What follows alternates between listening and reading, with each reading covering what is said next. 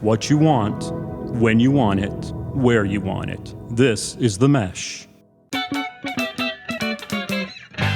Footcandle Films. Film news and reviews from two guys who really like movies. This episode is brought to you by the Footcandle Film Society. For a schedule of upcoming screenings and membership information, visit the Society's website at www.footcandle.org. Hello, everyone, and welcome to Footcandle Films here on the Mesh.tv podcast network. My name is Alan Jackson. With me, Chris Fry. We are both with the Footcandle Film Society and the annual Footcandle Film Festival.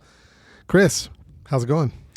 It's going well. I've recovered from all the excitement and the strenuous game watching of the Super Bowl. It was just so intense. There was just so much going on that, yes, so I was able to fit in a film, watching a film the weekend, despite having watched the Super Bowl. Just even though you were absolutely worn out. You were completely overwhelmed, amped yes. up, couldn't really rest or sleep afterwards, right. But you still found time to watch a movie. So that's hour good. And 43-minute movie. I was still able to cram that in despite the intense Super Bowl. Was that watching the film that we're getting ready to review again? It was. Okay. Yes. All right. Good. Well, the film he is discussing and mentioning that he was able to squeeze into his already pretty packed and eventful weekend was the film It Was Just an Accident by director Jafar Panahi. We're going to be reviewing that film here in just a moment, as well as I've got a couple of news items to share. Well, really just one news item, and it's really not even really that important. It really is kind of, okay. It's dragging the bottom of the barrel as far as news goes, but I'm going to throw it out there just to get some initial thoughts. Okay. And we're going to do a little recap of what we saw during the Super Bowl, but not on the field. We're talking about movie trailers, or at least capsulized versions of movie trailers in the 30-second commercials Gotcha. that we might have seen during the show, with one in particular that we're going to probably spend a couple more minutes on than we will the others. One that was a bit of a surprise, and I'm excited to talk about. So that's our plan. Chris is also going to share a film recommendation with us at the end of the episode, as he is apt to do these days. So we'll look forward to that as well. But that is our plan, Chris. You ready to get started? Let's do it. All right. Here's our review of It Was Just an Accident. پا قشنگه رو پیدا کرده.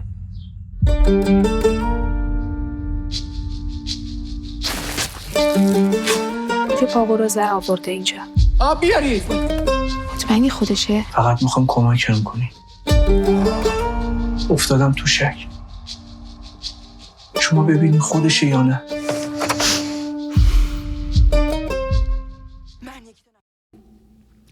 Jafar Panahi is a leader of contemporary Iranian cinema. His films typically tackle taboo topics. Because of this, he's at times been imprisoned, banned from leaving the country, and prohibited from making films.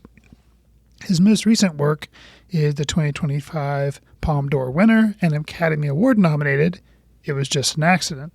It Was Just an Accident depicts a mechanic who is reminded of his time in an Iranian prison when he encounters a man he suspects of being his sadistic jailer. Panahi has said, "I made It Was Just an Accident for the future, a hopeful future away from the cycle of violence." Alan, what was your experience with the film, and was this your first Panahi project? Yes, it was my first Panahi project. I was going to mention that I am coming into this without a lot of background on his other work. I'm familiar with his other work. I'm familiar with his story and his own situations he's been dealing with in his country, and some of the jail time, the being restricted from within his own country, restricted from making films. It's just a lot going on with this individual, and I'm fascinated by him as a filmmaker, although I have to say, this is the first actual film I've seen all the way through and watched of his. I did really like it. I think I found it to be, it was really interesting, Chris, in that I know that there is a very serious subject at the heart of this story. Obviously, there's a very serious subject matter It's a very steeped into the political strife within the country and some of the survivors of some very awful acts and things committed against the public. But the film is almost structured like a sitcom, in that it's, and I don't know, and I don't really care. I mean, it makes no difference to me whether that was intentional or kind of in a way to make such a tough situation lighter. Although it's tough to even say that because it's not a light movie in any way, but it's just the structure of it is just so, there's a quote possible misunderstanding, possible maybe a missed identity, maybe not. We don't know. Then it's like more and more people keep getting brought in. I mean, we've got a woman in a wedding dress who's like part of this crew. It's like if it was just a slight shift in the story, this could be a comedy, in a way. And I think I like it because of that. I think I like the fact that it's adopted this structure and this style of film for such a harrowing subject matter. But it's also jarring at times too, because I found myself like losing sight of how serious the core subject matter was that I was dealing with, because I'm like, oh wow, they're adding another person to this group, and oh, this person fits this stereotype, and yet here's these other people fitting these stereotypes that we kind of see in a road trip comedy and other types of things. So it's a jarring film for me, but I did ultimately, by the end of the day, I think there are a couple of moments, I'll just say by the ending, the ending scene, I think elevated this film to a different level for me, where I was appreciating it, and up to that point, got to the end, and I'm like, okay, no, I'm on board. I got it. We're good. So anyway, that's where I am with it was just an accident. I impressed by it, although I did find it kind of hard for me to reconcile where my head needed to be in most of the times of this. So with Chris, I want to hear your thoughts. What did you think of It Was Just an Accident? So I was fortunate enough to be able to see this. Actually, I did rewatch it after the Super Bowl, and just so I could refresh it for the review. But I'd seen it before, and I'm glad I got to watch it a second time, because it actually changed what I thought about the very, very last scene, which we will not spoil here, because obviously that would spoil the movie if you spoiled the last scene. But it changed my interpretation of the last scene.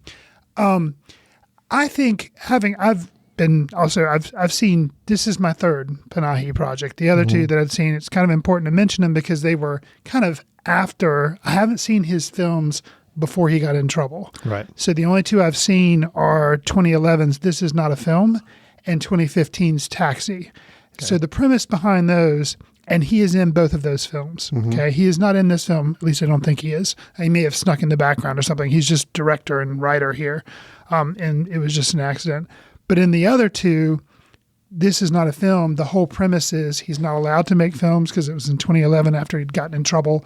So it's all talking about the politics, and ostensibly it is a documentary about him making or wanting to make a narrative film, but he can't because he's in trouble. But still, it's like he still made a film. So there's all this kind of different levels of kind of breaking the fourth wall and all this kind of stuff. But some elements in that film are also kind of funny in a way, just because of how he's skirting the issue of making a film. Okay, so the other one I've seen was 2015's Taxi, and he's ostensibly a taxi driver.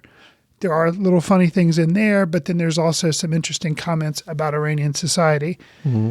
With this film, I think he wants to make an entertaining film, but clearly he is always interested in tackling life going on in Iran. And the situation that these various people have been in, obviously, is one they were in prison. Not only were they in prison, but they were tortured. Tortured and, treated horribly. And so, right. And so he comments on that, but the way he kind of counterbalances that, so it's not just this heavy, oppressive film, which it is heavy, but yeah, he has this guy kind of getting the band back together of former prisoners. Yeah. And then whether or not they are willing to get on board with possibly torturing this fellow or getting revenge on this fellow, and the different dialogues they have with each other. If this fellow is even the one they're which thinking some say yay, some say nay.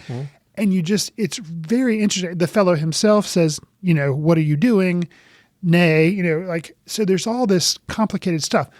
Something that I didn't realize, which doesn't spoil anything, but having the benefit of watching it twice, the film starts off with a family driving in a car, guy driving, wife, kind of sitting there smiling, little kid in the back seat nagging dad and nagging dad, hey, can you play this song? Oh, I want you to dance to this song.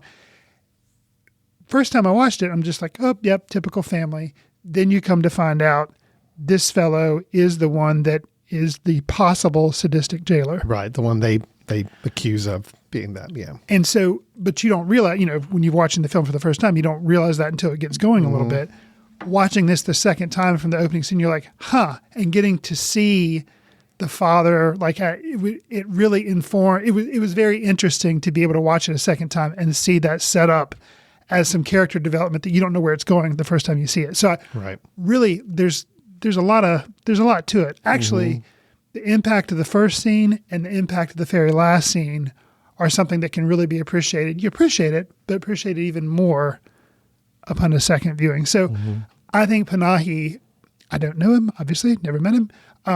I think he would be pleased with both your experience and my experience in that you do find yourself laughing at kind of the absurdity or being amused, not laughing, but being amused or kind of forgetting what's going on in the film and then being brought back no, this is something pretty intense. And I think he would want you to have that experience kind of because it kind of points out the absurdity of the situation. Right. Yeah. It's let's take a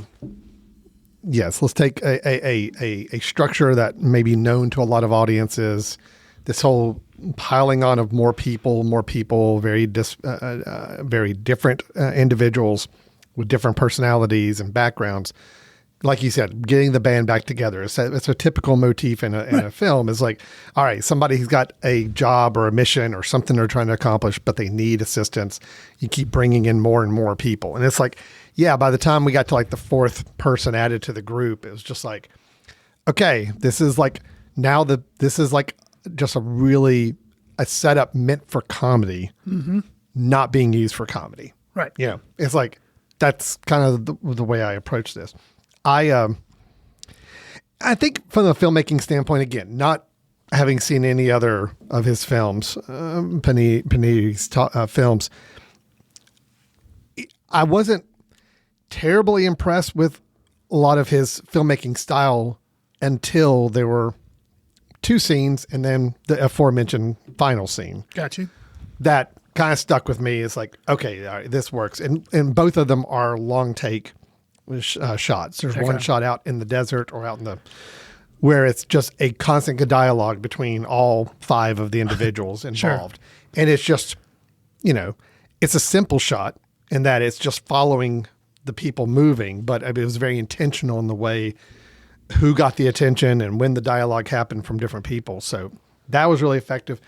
There's another really great long unbroken take of, I'll just say it, a tree at the end of the film. And that was also, again, a simple shot. Sure. It's not about how the cameras worked. It's what about is happening in front of the camera. Mm-hmm. And it was pretty well intense done. stuff. Very intense scene. Yeah. Yeah. So by that point of the film, that's where the film kind of got grabbed onto me, where up until that point, felt like I was just kind of along for a ride. And I don't really know if I really got any emotional connection to anything that was really going on. We get to that scene, and then definitely the very last scene. Yeah, that brought it all home for me for sure. I have a question for you about the last scene, and I guess I'm just gonna have to do it offline because I don't think. Or I do can we want mention to? it. That can be the very last thing we discuss. Yeah, so we do can that. give a little bit of We a could do spoiler that. thing because I think it would be interesting. It's a simple question, but I think just, it's something that I was able to kind of suss out because I'd seen it twice. I had to watch that final scene a couple of times, Sure, just to make sure I understood what was happening there. Okay, So anyway. yeah, fair enough. Okay. Let's All right. discuss it. So, I think it's interesting with this film. These are, like I mentioned in the setup, it's one of the 5 films that's nominated for the Academy Award for International Feature, and comparing it to something which we also talked about on the show, The Secret Agent. That film, it was really hard to get in, to kind of have a way in because of the politics, not being as familiar with it.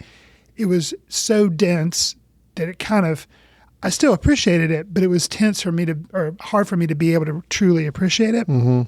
Even though I'd actually watched that film twice as well. With this one, I think because I appreciated how, I guess, taking that trope of getting assembling a group of people and how it was easier for me to follow along with. Yeah. And for that reason, I kind of appreciated it a little bit more. Sure.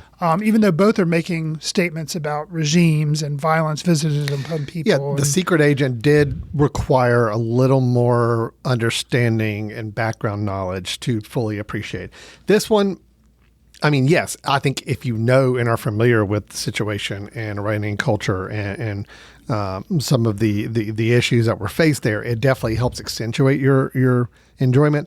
But ultimately, you're right. You can walk into this and just know, okay, people were arrested for what were perceived as crimes years ago, and they were treated horribly and tortured and so forth. And that's it. That's all you have to really understand, and that's explained to you pretty well in the film. So you didn't really have to have a lot of background knowledge. I think it's helpful to put it in a little bit more perspective, but it's not required reading for the film, which does help it, I think, with a broader audience. Sure. For sure, yeah. I'll say, and this is my favorite Panahi I've ever seen. Okay. But there again, I've only seen two others. But I think I think you hit on something where his filmmaking, it's about story, it's about characters. He doesn't really focus on, cinematography or fancy. Now, maybe that could be a side effect of, I think a lot of times he's kind of doing these films on the sly. They're a little, it's a little guerrilla style Right. filming. The shots are, simple, and I don't mean that as derogatory, just saying they are straightforward filmmaking styles. And so that could maybe be the reason, or maybe that's just how he prefers to make films. I don't know. But his chance to have a big, huge film crew taking over a cityscape. Yeah. No, that ain't gonna happen. Right. But I think because of that, his other two films, while interesting, it is more about kind of the writing and what's being said. But yeah, camera work, non-existent. And because it's more of a documentary feel, they're good. But this to me was so refreshing because it was a complete narrative, and it was a narrative that didn't have him, didn't focus on what had been happening. So for that reason, it was my favorite of his that I'd ever seen. I would be interested to go back prior to when he got in trouble to see if his earlier films are more like it was just an accident, just to see how they compare. But I definitely recommend the film. Think it's worth checking out for sure. Yeah, no, I it's definitely worth checking out. And again, I think there are some moments that make the film work for me ultimately in the end. I'll say too. It is a lot, a tense film at times, as we've kind of mentioned. But ultimately, thinking about the film and thinking about the individuals in the film, the characters that have been imprisoned, the fellow that they kidnap, basically. Thinking about the concept of trying to move forward and the past and how that can hold you back or, kind of influence who you are today, but how you choose to move forward. And the idea of everyone has their own situation that you learn more and more about these characters the longer the film goes on. Some opinions about some of them shift, and just kind of it's easy to judge people when you don't know what their stories are as well. So just there's a lot going on to appreciate, and I think it's the way it's woven together is pretty effective. Yeah. No, I completely agree.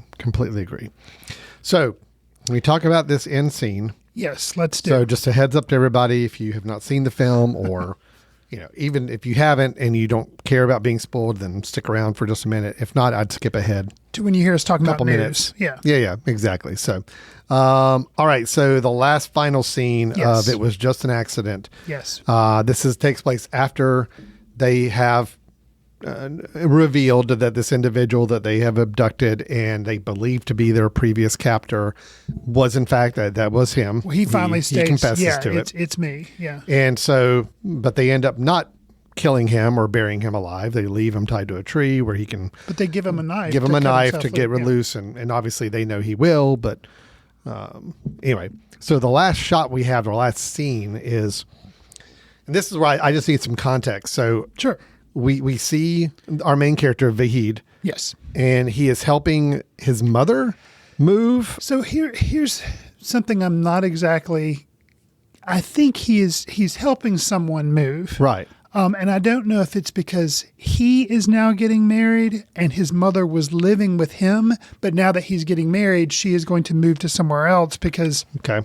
he's going to have a wife, which Vahid lost his first wife because of the prison situation. Yeah, right. So I couldn't tell if that. But I also heard a sister like mentioned in there too, like in the dialogue. So I'm not Yeah. really sure the situation, and I'm not really sure if that is really that. Yeah, and I think it may be some culture stuff that we're yeah, not okay. privy to. Like, yeah, so I'm not exactly sure, but he is just helping out his mom. That I is see. happening. But they're having some type of like ceremony thing, which I think is a wedding thing where they're like having guests and Okay. they have tea. And so yeah, there again, kind of, I'm not exactly clear, Sure. but I think it's a culture thing that I'm But not really clear on. so my question boils down to Sure. this: But you see Vahid. there is a woman and a child that come up and talk to Vahid as he is loading and unloading a car. Yes. That is the mother and child that from previously in the film that we met, Oh. because they okay. look exactly like them. And that's what threw me off, is like it was a mother and daughter looking exactly like the mother and daughter that we saw earlier, the one that was treated at the hospital who delivered the child, the actual wife and child of the torturer. Oh yeah. I know where you're going. But I mean, that's what I threw don't- me off, I is don't it's just like, okay. think so. So maybe just a coincidence. I don't think so. However, I don't think so. Okay. Because of what happens after that. Right, because that threw me off. Well, but it also kind of made me think, well, maybe that's why, because you see a car pull up The car in does the background. and in the background, the car does match the car that was being Yes. driven in the beginning. Right. But I don't think that's supposed to be. It would make Okay. more sense if that's his sister and a kid. All right. Well, that was challenging for me, because honestly, I look back at that scene a couple times. I'm like, that is the same mother and daughter. It looks exactly like I may have to go watch the film a fourth or a third time. To me, it was the same ages, same everything. I'm just like, okay, why are they there if that's who they are? And then I see the car pull up. I'm like, oh, okay, well, maybe there is some sort of connection there. But then that kind of lessens the impact of what we see or hear in the final moments. Right. Because as Vahid is walking back into the house, for some reason, he hears the sound of the squeaking artificial Prosthetic leg, which the captor had, and they all remembered from their time of being jailed by him. Sure. And And just, it's- we never see him, but we hear it in the background. So all that was putting together. I'm like, okay, so I saw the car pull up. I get it. He's hearing the noise. He hears the person walking up behind him, and then it seems like the person walks away. We still never see him. You know, we assume it was really there. Maybe it was also in Vahid's head. We don't know. But then it just threw me off with what I thought was the wife and daughter. I don't there think in it the is. scene. Okay. I don't think it is. Well, that would make a lot more sense to me if it wasn't, but it's just unfortunately they like looked identical in my head to them. Yeah, I don't think so, but I could be wrong. I'd have to watch it a third time. I only noticed the car the second time I saw it. Okay. And what I think was important, we'll talk, the torture scene that you talked about where he's tied up to a tree and he finally admits that he is the guy, but they end up leaving him there. During that scene, they also talk about, hey, while you were knocked out, we helped your wife deliver a kid. And so, and he says, well, in that scene, he's like, I can't believe you touched my wife. I'm going to kill you. I'm going to kill you. But then the guy goes on to reveal, well, we helped your wife deliver this kid. And he does say, the captor guy says kind of like, well, I'll leave you alone if you just tell me like they're okay. Or like, he somehow says like, if you cut me loose and leave me alone, we'll kind of call it even. Okay, but there's so much intensity of that scene. Okay, so you skip forward to how I interpreted that last scene. Yeah, he's helping someone move, maybe his sister, maybe his mom, not really sure. You see the car. Then that last scene, the first time I saw it, you just see the back of Vahid as he's like walking up to go back into the house, and you hear the squeaking leg, And that's all. I was like, oh my gosh, that guy has come back to like do something bad, arrest this guy, beat him up, who knows, but this is not good. But I didn't realize what you mentioned that, and I think he is really there. I think that's why you see the car is to show that he's really, but the second time I watched it, I realized how he walks up, he hears him coming. He just freezes. The moment he hears him coming, he freezes. Then the noise approaches, stops, but then turns Sounds like and it walks away leaves and disappears. Yeah. And the camera cuts to black, and that's the end of the film. So I think that's why I kind of mentioned in the intro where Panahi was like, I made just an accident for the future, a hopeful future, away from this cycle of violence, because I think it's his way of saying these bad things happened. But also when the torture was against the tree, he said that he had a wife and a kid and he was trying to do his job and he thought they were lying to him on purpose and making him look stupid and mocking him. Yep. And that is why he then did, not that it justifies it, but it's kind of like, okay, so basically lots of bad things happened, but this is the way they have decided to move on and not kill this guy and leave him alive. Then he kind of is showing, okay, I'm free. I know where you live. But I am choosing to also say, okay, we are all letting things go, and we're hopefully moving forward to a brighter, tomorrow. So that last scene though is good. Yeah, it's a very, very good scene. So it'll be interesting though. Upon a third watch, maybe it is, which would make it more confusing. I think I just watched the scene back right here. Sure. No, I just have it. I had it pulled up right here. Oh, okay. So I just watched it back. No, it is a mother. It might even be a grandmother and daughter. Okay. They look really, really similar to the which you haven't wife seen and daughter, since the opening of the but it's not them. Gotcha. But it is very, very similar, which causes a little confusion for me. So, gotcha. Okay. All right. Good deal. Okay, we're done spoiling. It was just an accident. So that's all good there. All right. So, Chris, we're both positive on the film. Yes. Sounds like you were maybe a little more positive than me, which is fine. I think I stumbled a few times through the film, kind of trying to figure out the flow and trying to figure out my positioning with it.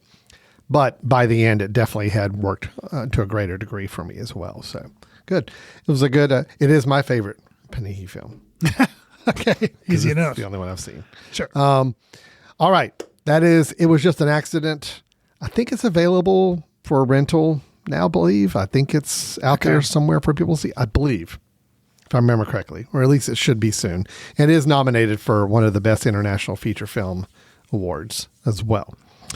All right, Chris, let's take a very quick break. And when we come back, we will have some news to share and some Super Bowl trailer recaps and Chris's recommendation of the week. We will be back in just a moment. Want to discover great podcasts or maybe even start one of your own? Welcome to The Mesh, Western North Carolina's podcast network built for creators and listeners alike. From local sports and business to comedy and culture, The Mesh is home to unique voices and fresh perspectives. Do you have something you want to say? The Mesh can help you bring your podcast to life with the tools, support, and platform you need to be heard. Check us out at themesh.tv, where great podcasts live and new ones are born.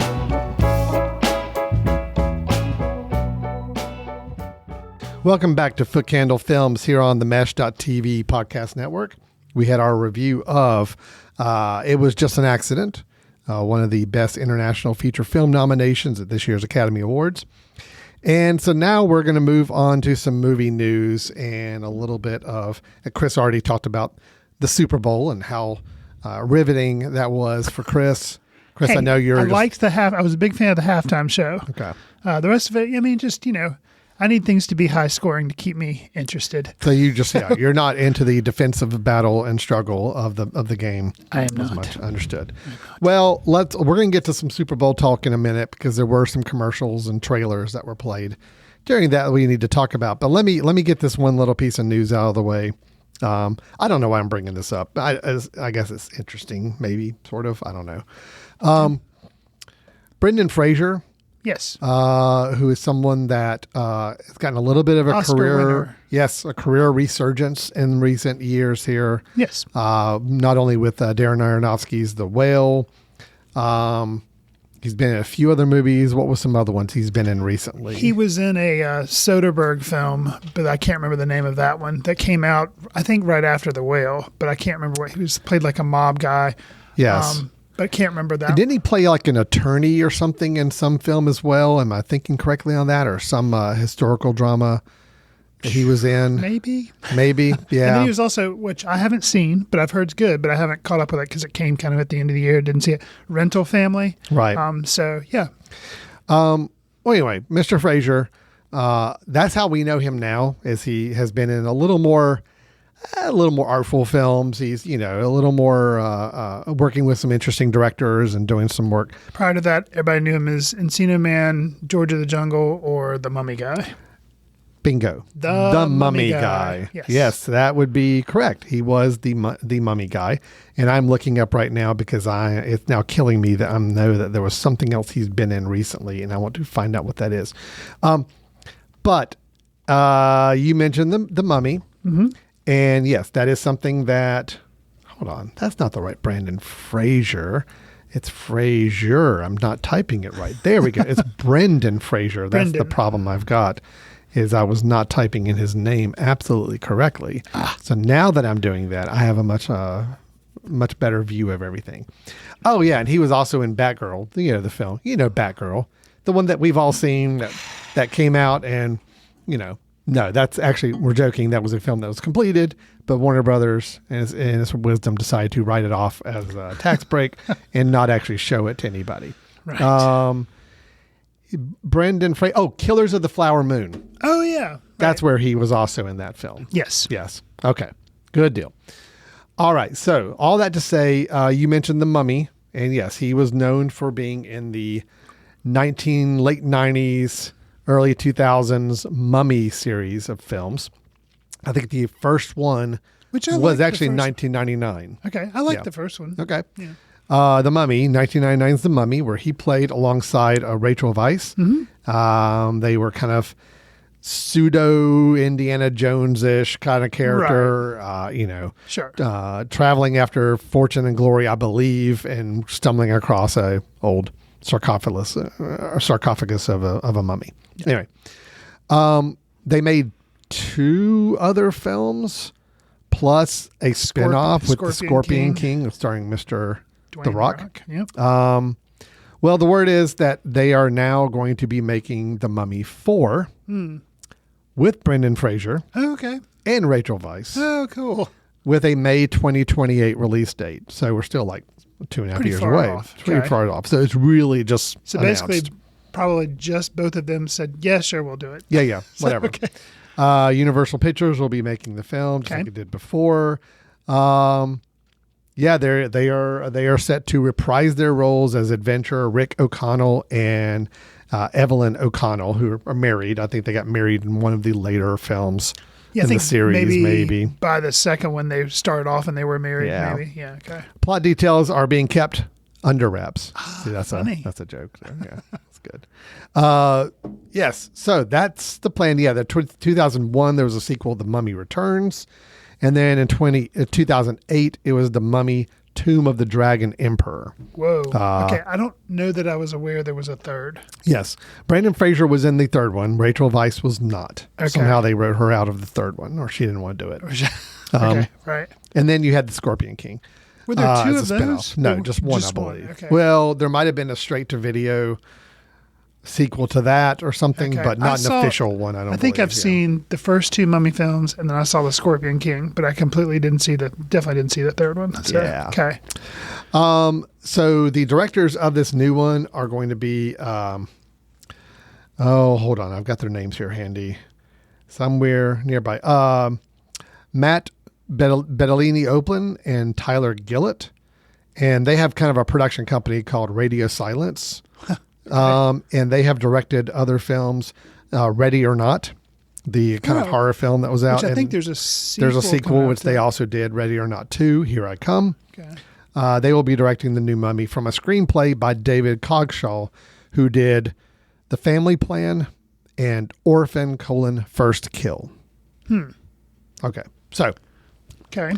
don't know anything about any of these. I don't know enough about any of these guys' work to know whether this is something we should be happy about or not. So So I saw Ready or Not. I liked it. Haven't seen the sequel. I don't know if it's come out yet, but maybe it has. But I haven't seen it. But it's interesting that both the directors and the writers seem to have a little bit more of a horror bent, which seems I mean, like it. you know, The Mummy was more adventure, but yeah, because of the creature of the mummy, it did have a little bit of like Just horror, a but more of a tad. Disney-fied Yeah. horror version. So yeah, it'll be interesting to see what direction this leans into. So Well, my big question is, will it top what I feel like is kind of the pinnacle of mummy work films, which is the Mummy 2017 with Mr. Tom Cruise. right. And I say that half jokingly, half not. But on I actually- Letterboxd, you're like, I actually you think actually liked it's it. it's a decent movie. Okay. It's not a good movie, Sure. but it was like widely reviled at the time and panned, and I don't think it was that You bad. didn't think it warranted No, that I didn't much think it hate. was that bad. Gotcha. Come on now. Okay. But anyway, that was part of the Dark Universe project. Do you remember that? Where I do. they were going to revamp all the old classic Universal monster movies, call it Dark Universe. It was going to be a big thing. And we basically got The Mummy with Tom Cruise. And did we get anything else out of that? The Invisible Man films don't count. No, that's okay. different. That was not in that Dark Universe. But it was going to have like Johnny Depp was part of it. Javier Bardem was going to be like a Wolfman, I think, in some version maybe. Anyway, they had big plans. And That it didn't just happen. Didn't really happen. Okay. Fair enough. So that's May 2028. We still got a lot of time on that. Yeah. Things could change. But The Mummy 4, I guarantee you it will not be The Mummy 4. It will be The Mummy : Colon something. Sure. So whatever is after the colon, we will find out maybe in the next year or two. Okay. So I want to get that news out of the way. Again, I'm not really sure why I brought it up. I really don't have any interest. I just, I You thought it like was- the Dark Universe. So, I like the or you idea wanted of the it to- Dark Universe. I like the Universal monsters. I did not care for this Mummy series because I don't think it was going for Indiana Jones, and I wanted horror. I wanted like classic horror, and it wasn't delivering that. So I felt like it was besmirching the Mummy name. Okay. That's just me. Fair enough. Okay, let's get back to talking Super Bowl. Sure. Yes, people watch the Super Bowl for the game, but a lot of people watch the Super Bowl for the halftime show. Yes. And then there's people who watch the Super Bowl for the commercials. And then a subset of people who watch it for the commercials are watching it specifically for movie trailer commercials in the Super Bowl. The commercials that I air quotes care about are the trailers. Yeah, that's Yeah. the ones that I'm like, okay, you know. Now, and I will say these aren't technically trailers, and that, you know, they're all crammed into 30, maybe 60 seconds if they give them that much. Right. It is more like Teasers and spots. stuff It's like they call them spots, you know, in the show. Sure. Where it's typically they try to roll out some new footage for some big films, or maybe it's the first time you've seen anything from that film. That time out, I'm just going to hit the ones that we saw. There was a new spot for the Pixar film Hoppers, which is coming out March 6th, but that one's been previewed and teased for quite a while, so not anything really new there.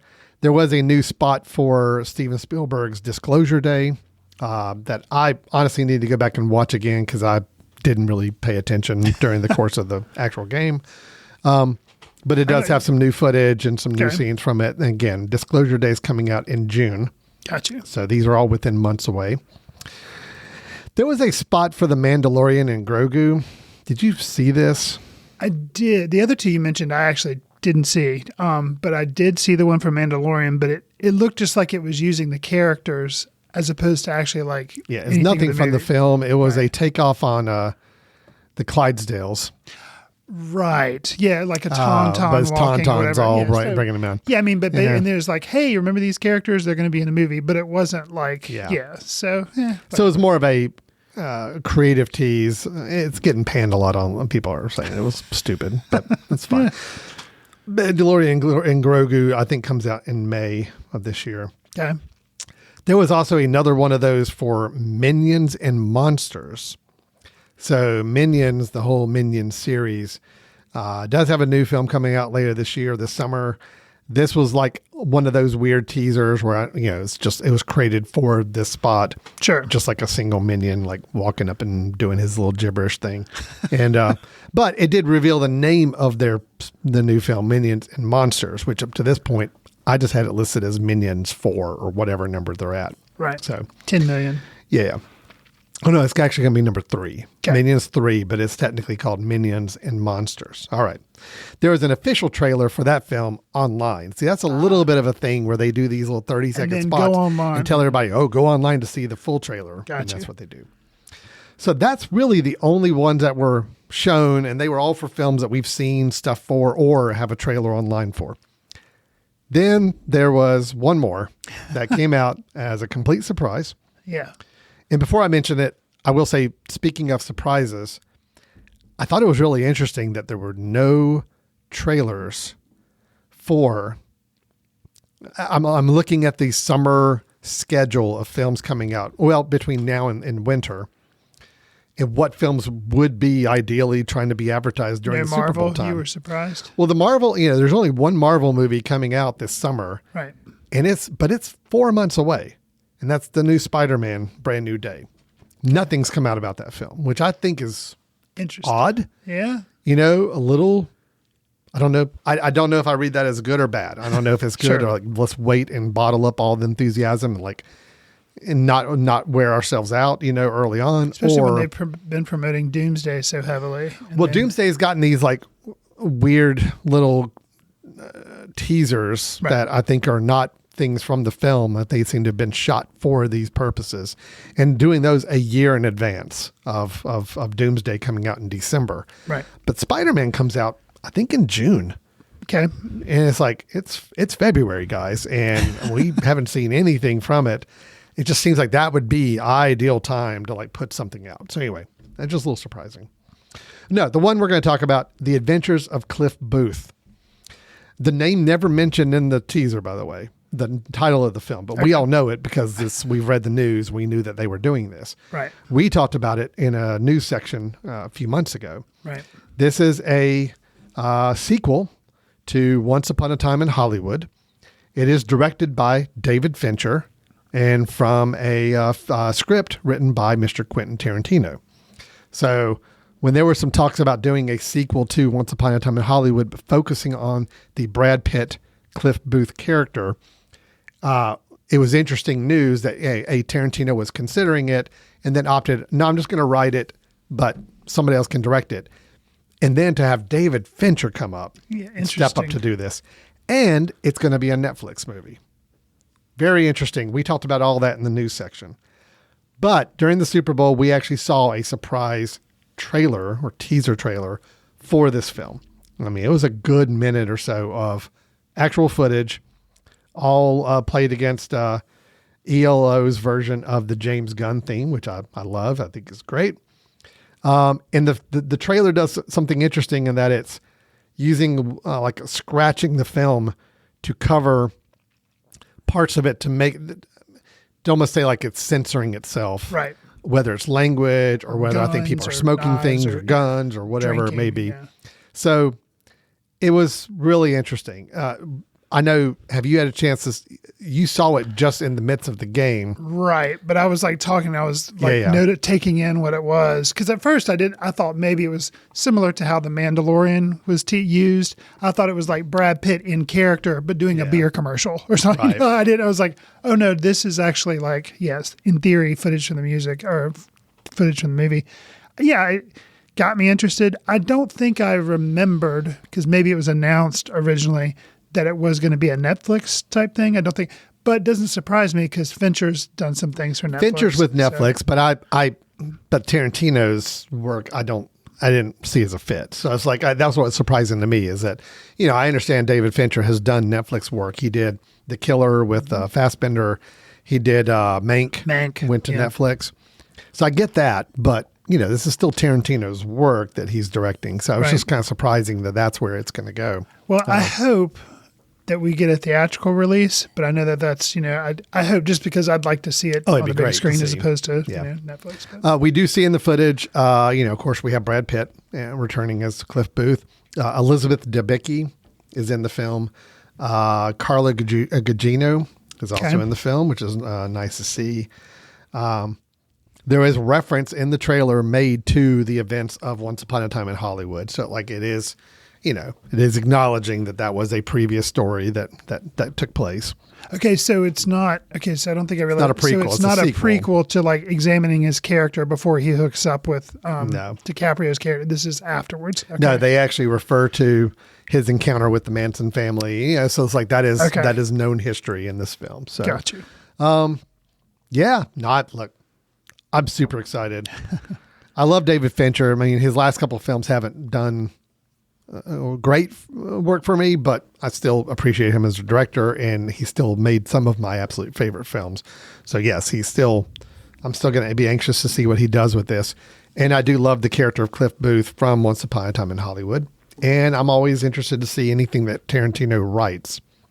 So all that mixed together, yes, I'm very excited.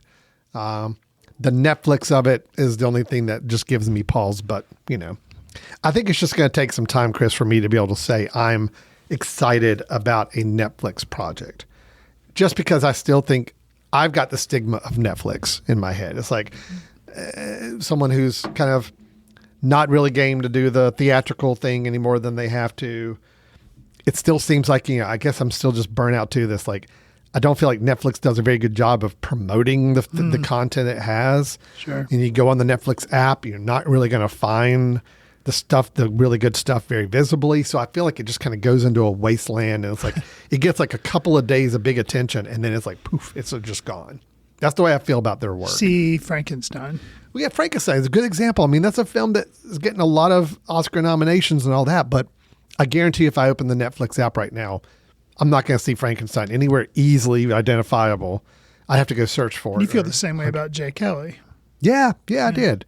And it's just, these are films that they're good films, maybe not deserving Best Picture in all cases, but I mean, I think they're good films and good work, but I just don't think Netflix knows what to do with them, as far as like really what to do with them. Gotcha. And to make sure people can see them. Right. And anyway, I hope that changes. I hope. But you're over the moon that they're buying Warner Brothers and all that. No. I mean, well, I'm like, it's going to happen. Sure. It's capitalism. People buy each other. I get it. The strongest survive. The ones with the deepest pockets survive. Sure. I hope Netflix can take care of take care of its children a little better, and get them the love they need, get them the attention they need, and get them out to where as many people can see them, regardless of if you pay the $18 a month or whatever Netflix is these days. Right. So, yeah. Okay. So that was everything from the Super Bowl. Was there anything I missed? I mean, I don't think so. No, wait a minute. There was. Okay. Sorry, there's a couple more. I was too far scrolled down the page. Okay. Just a couple quick ones real quick. We had a quick trailer for Project Hail Mary. Oh, The Ryan and that was the Gosling. first time I'd seen, and I'm glad I hadn't seen. I You hadn't think seen I'd any seen trailer? maybe a very early, or maybe I'd seen nothing for Project Mary. Yeah. But then I saw that, and I'm glad they kept it as it was, and I don't want to see anything else for it. Well, I've seen that trailer way too many times. Was it that the one you'd seen? Well, I'd seen the full trailer. Okay, I haven't seen a this full was just a trailer. commercial we saw Okay, for it. and I like. There's a little bit of the people online are a little upset with the marketing of the film and the trailers. And I can go ahead and say it because it's in all the trailers. I mean, the trailers all show the alien. Okay, yeah, and I had not seen the Alien, and this I've read the book. Yeah. And the thing during the Super Bowl was the first thing, and I'm glad they kept it as minimal as they did. Well- but apparently the other trailer shows more. No, yeah, the latest trailer is definitely a lot more. Oh, and that's too bad. And it's I think people are upset that are familiar with the book, thinking that should have been more of a surprise in the film. And even the director and even Ryan Gosling have had to come out and say, no, it's not really. That's not really a surprise in the film. It's a main character that that plays a key role, and it's not like a big surprise thing that we're trying to hold off on and unveil in the film. So they're trying to backpedal a little bit, but some people familiar with the book are a little disappointed that they've spilled that. I'll admit, look, I saw the first trailer. Even the first trailer that came out of it kind of showed little hints of the alien. And I remember watching that thinking, oh, that would have been really cool to not to know not that. show. Yeah. Yeah, to not see that and have that happen as a surprise in the film. But again, it's all over the marketing, so I don't mind I can saying see, it. I'll even though I'm saying I'm gonna have my cake and eat it too here, cinematic cake and eat it too. I don't want to see the alien. I've read the book, so I agree with that. However, if I put on my marketing and studio hat, The Martian, written by the same guy, okay, the book, and turn into the Matt Damon movie. So if you just hear the idea of The Martian, if you've seen it, and then you hear the idea of Project Hail Mary, you're like, wait, it's like the same film. Yeah, that's true. So I think It's to a try little- to differentiate a little bit to people who may dismiss it as that, be like, nope, this has got something a little bit different. No, you're right. You're So- right. I mean, that does, if they hadn't, it would just be Ryan Gosling going up in space by himself, And in trying to trouble. like solve things and figure out how to get back home. And yeah, it's like, okay, well, we saw that with Matt Damon and Right. The Martian. So I get Right. it. Yeah, you're right. Yeah, But it did. I do say that, don't show much of the alien, just hint at it. Yeah. But I tell you, having read the book, this was on my top 10 films anticipated for 2026.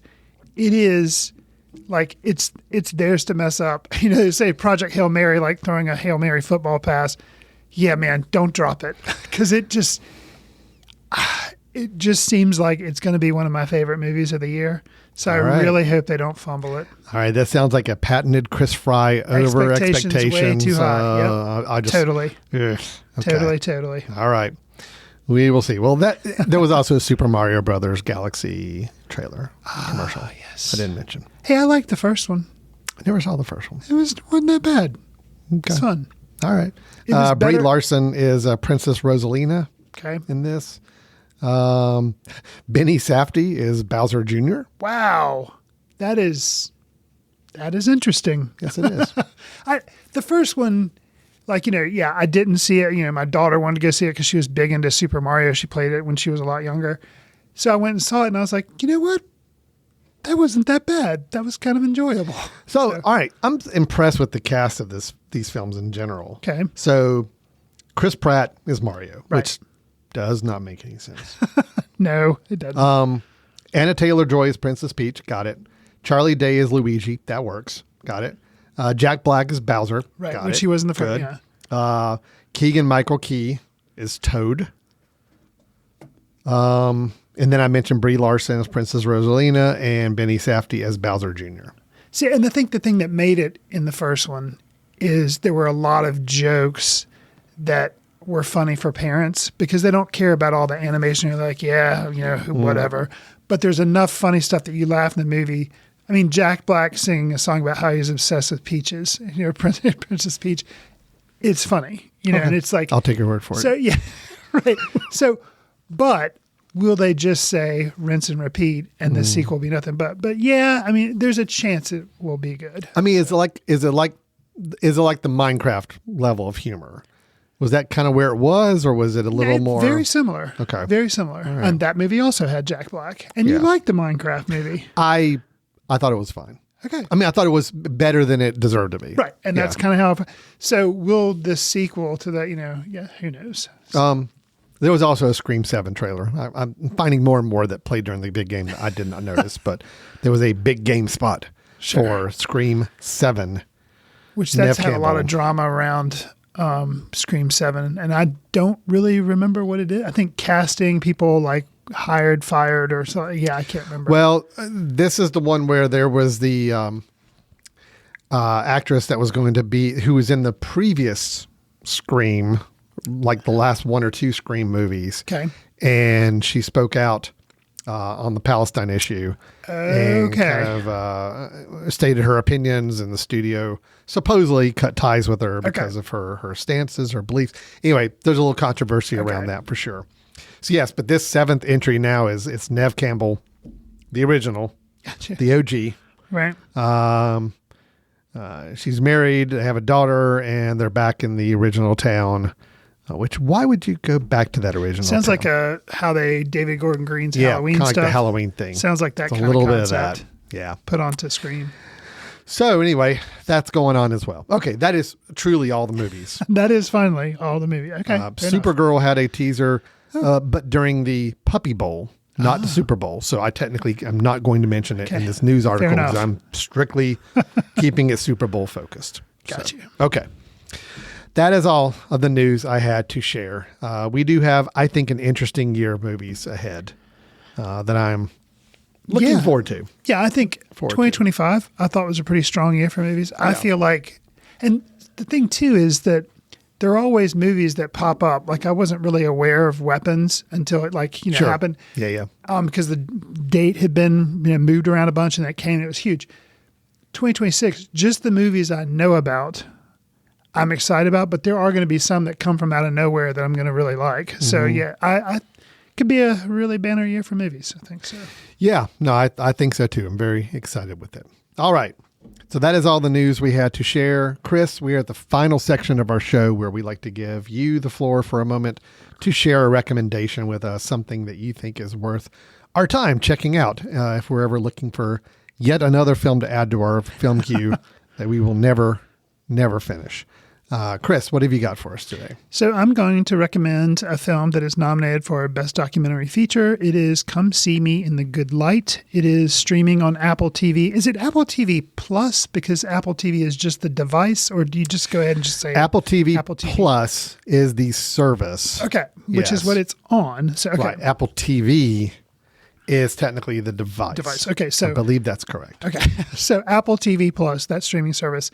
It is the intimate, I'm reading the description from Letterboxd, in an intimate and joyful story of love in the face of loss, celebrated poets Andrea Gibson and Megan Falley find strength and unexpected hilarity in what might be their final year together.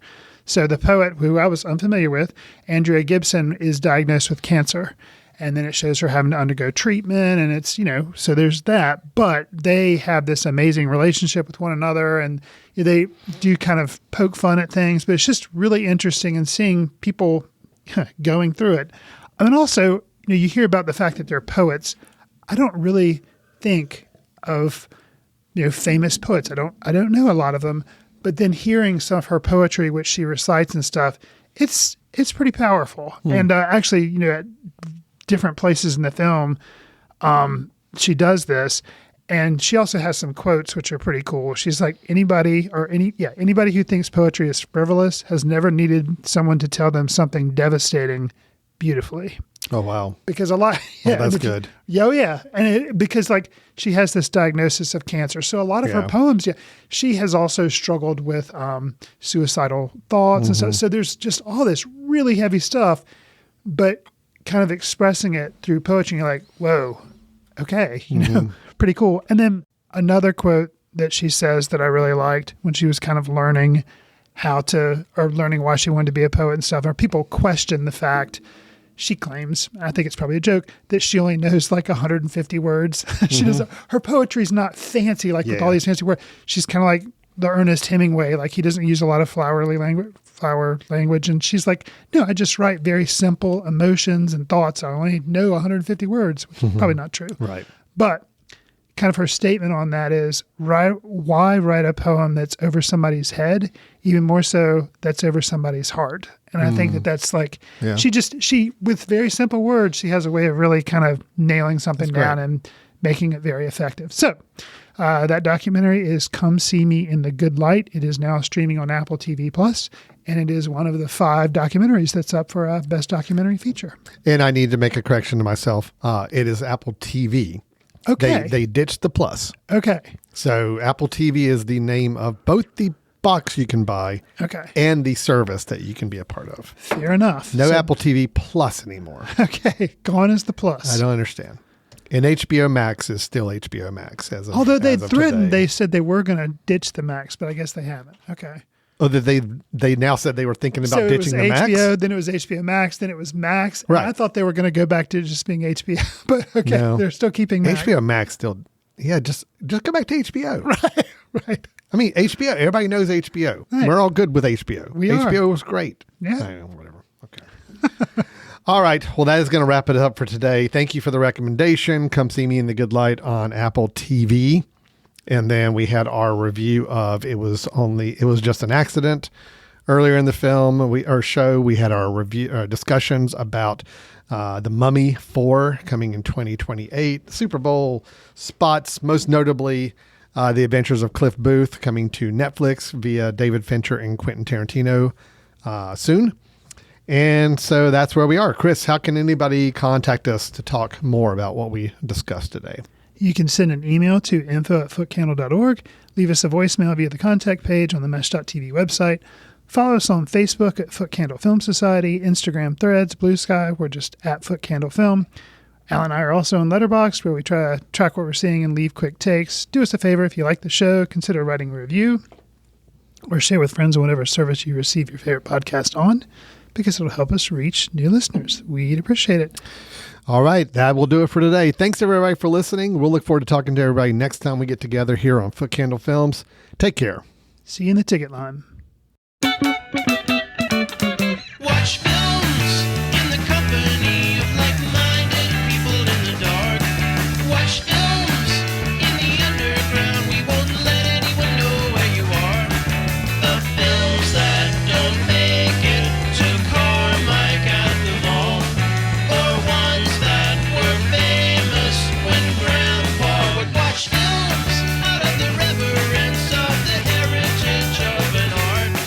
Watch films through the courtesy of Foot Candle Film Society.